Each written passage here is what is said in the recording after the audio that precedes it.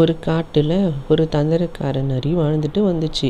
அந்த நரி சொந்தமாக உணவு சேகரித்து சாப்பிடாம காட்டு மிருகங்கள்கிட்ட இருந்து திருடி திண்டிக்கிட்டு இருந்துச்சு. இதை பார்த்த எல்லா காட்டு மிருகங்களும் நரிக்கிட்ட பத்திரமா நடந்துக்குச்சுங்க. நரி கண்ணில் படுற மாதிரி எதையும் வைக்காதுங்க அதுங்க.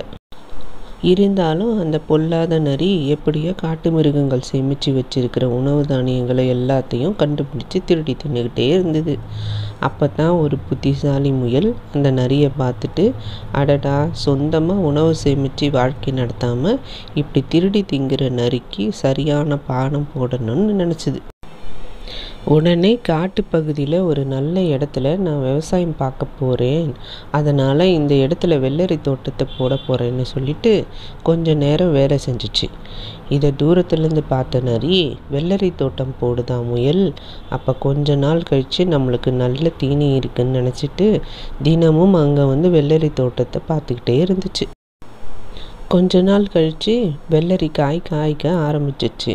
உடனே அங்கே வந்த நரி வேக வேகமாக வெள்ளரி தோட்டத்துக்குள்ளே புகுந்து வெள்ளரிக்காய் எல்லாத்தையும் பிச்சு திங்க ஆரம்பிச்சிச்சு. அப்போ திடீர்னு நரி உடம்பு எல்லாம் அரிக்க ஆரம்பிச்சிச்சு. கொஞ்ச நேரத்துலேயே உடம்பு பூரா தடிப்பாக வந்து அங்கேயே விழுந்துருச்சு. அப்போ அங்கே வந்த முயல் சொல்லிச்சு, நீ பெரிய திருட்டு பையன்னு எனக்கு தெரியும், அதனால தான் ஒரு வெள்ளரி செடிக்கு பக்கத்துலேயும் ஒரு அரிப்பு செடியை நட்டு வச்சேன். வெள்ளரி பிடுங்கி திரிங்கிற அவசரத்தில் நீ அந்த அரிப்பு செடியில் உடம்ப தேய்ச்சதுனால தான் உனக்கு இப்படி ஆயிடுச்சுன்னு சொல்லிச்சு. அதை கேட்ட எல்லா மிருகங்களும் அங்கே வந்து நரியை பார்த்து சிரிச்சிச்சிங்க.